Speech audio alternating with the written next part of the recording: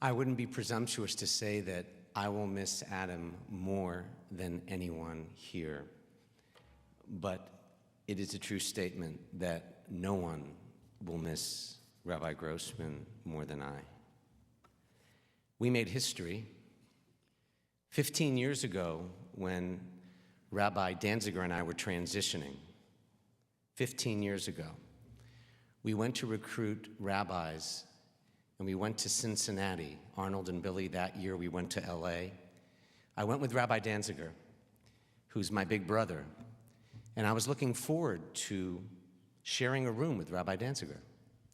We get to the hotel, and he says, "Big congregation, 2 rooms. I'll see you at breakfast." So when I succeeded Rabbi Danziger over 14 years ago, I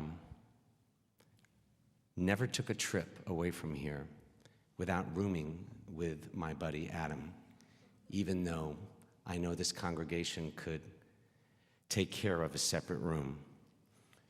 I'm looking, and I saw Russ, our superintendent of the seminary, who witnessed the 7-minute funeral led by Rabbi Grossman. It was 7 minutes for the Russian immigrants. I'm looking at all of you. And in Jewish time, it's not Friday the 13th, ladies and gentlemen. It's the 15th of Sivan, which means that when you look up tonight, after you leave here, the moon will be completely full. A fitting image for the fullness Adam has brought to our rabbinic team and our temple as a whole. And as if that weren't enough, in the Torah reading for this week, we read of the 12 spies, one from each of the tribes of Israel whom Moses sent to scout out the land of Israel, what kind of place it was, who were the people living there. And in his charge to the 12 spies, let me just read to you one verse from Scripture. It says, "Go up to the land, into the Negev," where Michael and many of you traveled with Rabbi Grossman, "and go up into the mountains." And Moses told the spies to view the land from the top, not from the gutter, but from the top, and to see the long view. He told the spies to view the land, not in terms of whining and complaining about little things, but about the future generations of the Jewish people. Only 2 of the 12, Joshua and Caleb, saw it from that perspective. The other 10 looked at the land from a fearful, narrow, looking back in the past perspective. The 10 negative spies even reported that we're getting tiny, like grasshoppers, in the eyes of all the people who live there. These 10 thought little of themselves, and their short-term, fearful attitude causes them to report a demoralizing and discouraging report. But the 2 who would lead our people, who explain why we're here as Jews, were encouraging and energizing, just like Adam. This is the Torah portion, because he's like Joshua and Caleb. I'm glad that Adam isn't headed to another congregation, because I don't think there's a better one out there to grow in as a rabbi or to partner with members as this one. And I must confess how flabbergasted I was, though. Not that Adam has found a new passion for reaching Jewish college students, but that he's actually headed to the one place I was advised not to mention in bringing him here with these presidents, by the way, and you who made the impression on Rabbi Grossman, not just me.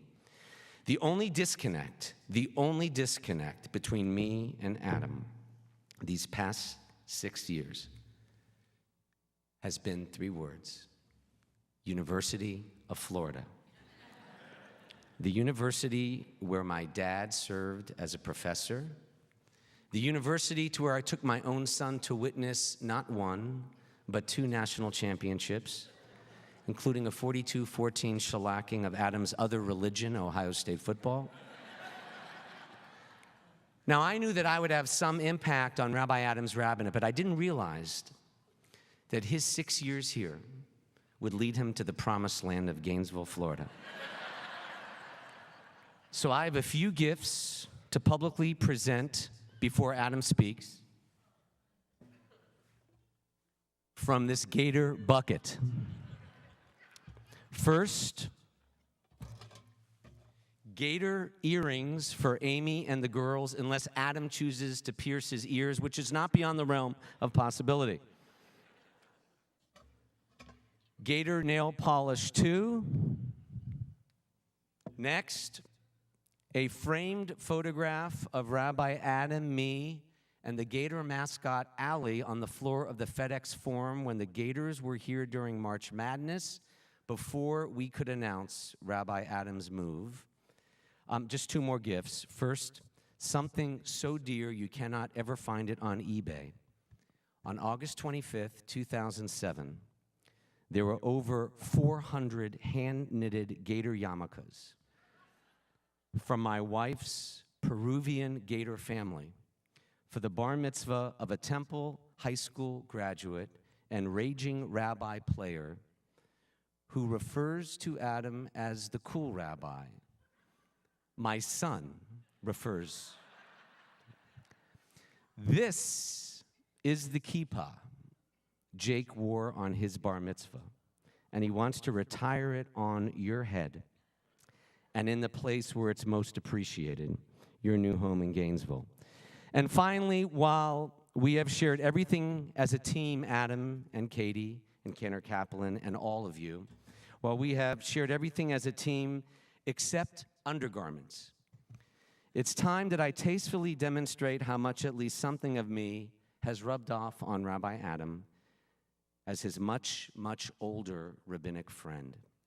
Please do not leave the sanctuary for fear of my disrobing all my clothes. I would never do that.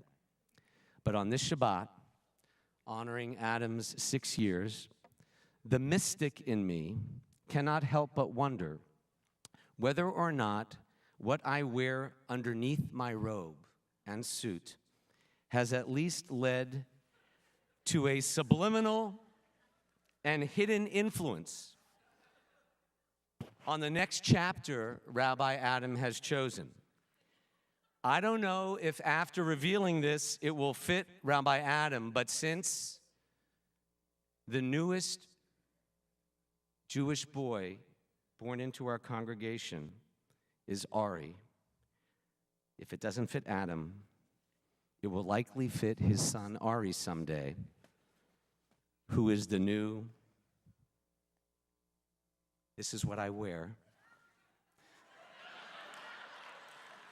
the new #1 Gator. Ladies and gentlemen, let's hear it for Rabbi Grossman. Come up here.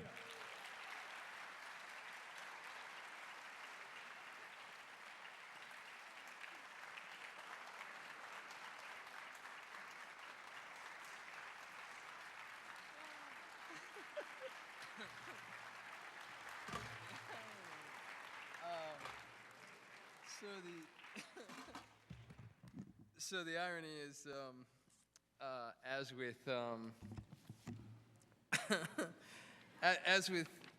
I think my perfect is my many imperfections, and I forgot a yarmulke today. So the irony is, there's many ironies in that, but thanks for the yarmulke. I've been thinking over there. I was actually talking to David about this recently. I'm not really one for these type of goodbyes because I think, and I thought it was more because, you just go, you move on, and everything's fine. But as I'm going through there and I'm sitting there, I'm realizing the emotions that are taking place. And I really don't want to face those emotions because as I'm looking out in the congregation, and I know a lot has been said about the TI Fellowship, and I'm very excited to be part of the team that has created it. I don't know if I'll agree with the brains conversation, but we'll talk about that later. No, but just looking around and seeing just the various lives that I've been fortunate enough to be a part of, whether it's spending time at White Station High School talking about propaganda and the Holocaust, whether it's going to Israel with so many individuals, whether just spending time with various individuals whose our kids connect with, spending times through the Adult B'nai Mitzvah process and building communities. I know Teach for America, having Shabbat dinners together, and so many more, whether it's Torah study or services, and just learning and living and really sharing with each and every one of you. I'm really overwhelmed, and I had been trying to put what I wanted to say on paper, and it has been extremely difficult. Yet three things have guided me. One, to speak from the heart. Two, to be brief. And three, to be awesome. But as I think we've come to learn together, I am always awesome. And if you don't believe me, just ask. About 6 years ago, I was ordained as a rabbi, and it was at Plum Street Temple, which is actually the same. It's modeled, or I should say, the Poplar and Montgomery Temple is actually modeled at the Plum Street, modeled after the Plum Street Temple in Cincinnati, Ohio. And immediately following that ordination, we were moving directly to here.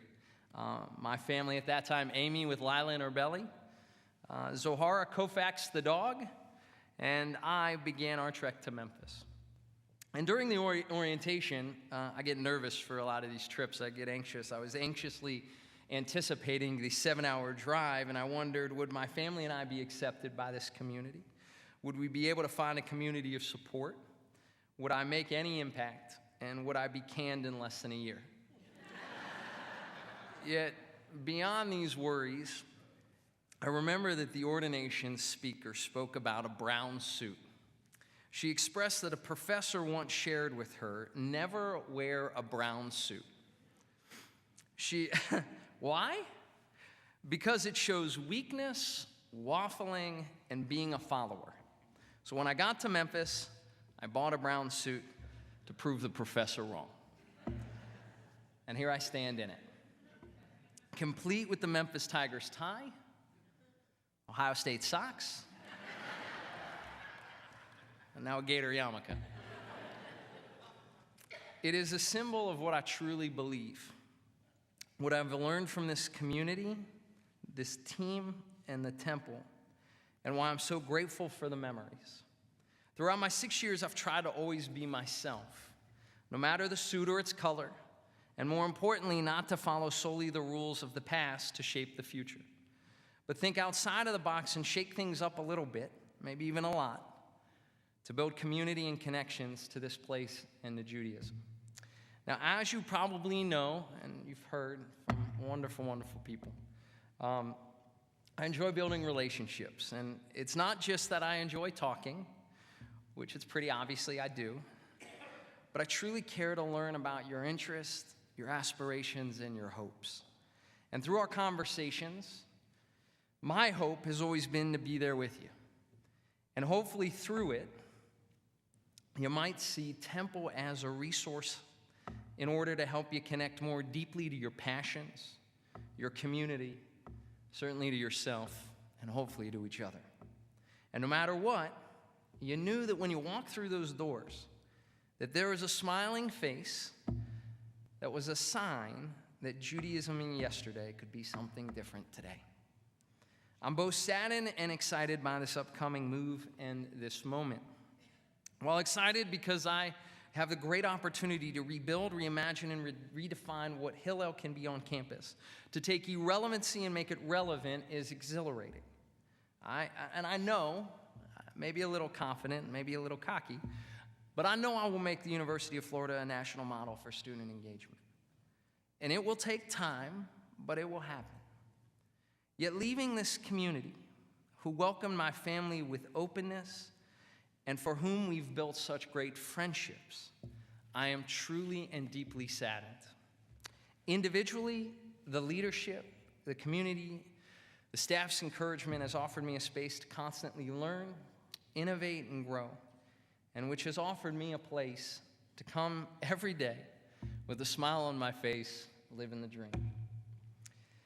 Yet as Amy, Zohara, and Lila are two Memphis belles, and Ari, who we hope one day has the qualities of a Southern gentleman, when we leave Memphis next week, I leave to all of you, my friends, and the many L'chaims, I just want to say thank you for always being an extension of our home, and I am forever grateful.